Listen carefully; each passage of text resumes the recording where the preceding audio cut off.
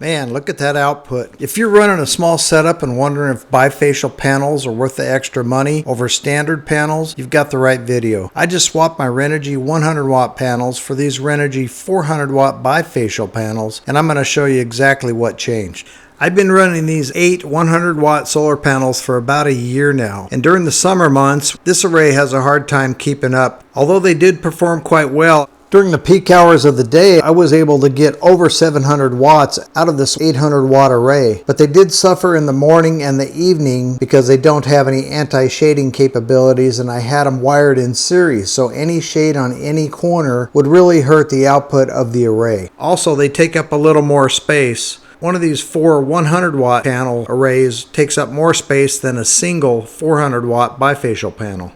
And since I was working with 4 panels in series, I wanted to try to keep the footprint as small as I could, so they presented kind of a complicated setup that I had to go through to get them mounted on these 45-inch aluminum mounts, requiring quite a bit of hardware as well as a lot more wiring and connectors to make it all work. Then of course the obvious is they do not have any rear gain capabilities since they are just a standard front-facing solar panel. I do realize I could lift them up and probably get away from some of the problems I incurred with the shading, but I'm trying to accomplish a lot of different things with this setup, and one of them is to keep them low to the ground so I have them protected from potential wind gusts since I don't have them mounted in a permanent setup. Now the beauty of the bifacial is you get extra gain for the same size footprint. So the back of the panel can actually generate energy based on a reflection depending on what surface you have it mounted on. Grass, rock, or white rooftop. Depending on the surface, the better the gain you're going to receive.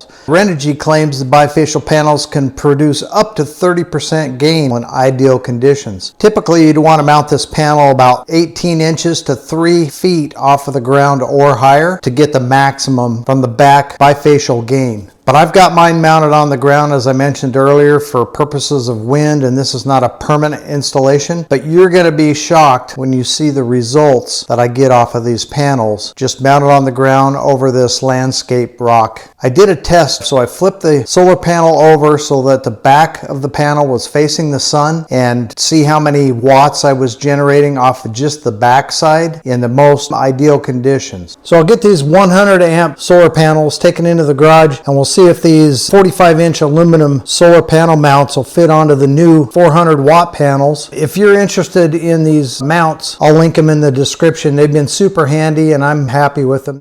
And the rack is going to work out just fine. They give you a couple of different mounting bracket areas with pre-drilled holes, so we'll just line these up on some of those holes for the rails. And this one has some anti-shading capabilities. It's split in two 200 watt solar panels, so if one side gets some shade, the other side still produces. This panel comes with a 25-year performance warranty. It's also IP68 rated, so it's designed to be out in the weather.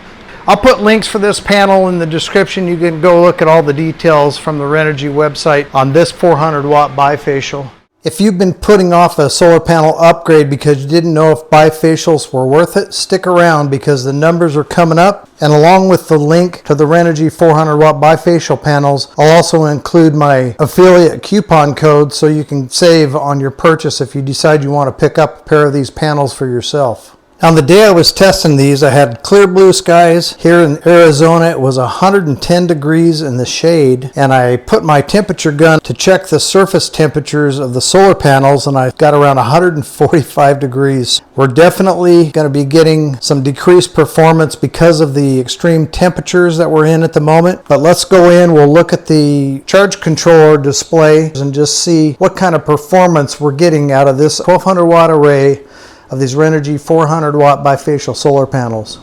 On the inverter screen, we're seeing the PV input voltage on the left and the amperage output on the right. And you can see the MPPT is searching and seeking, trying to find the maximum power point, so it's going to fluctuate. But we'll take an average of the numbers that we see here, 86.5 volts, 18.7 amps.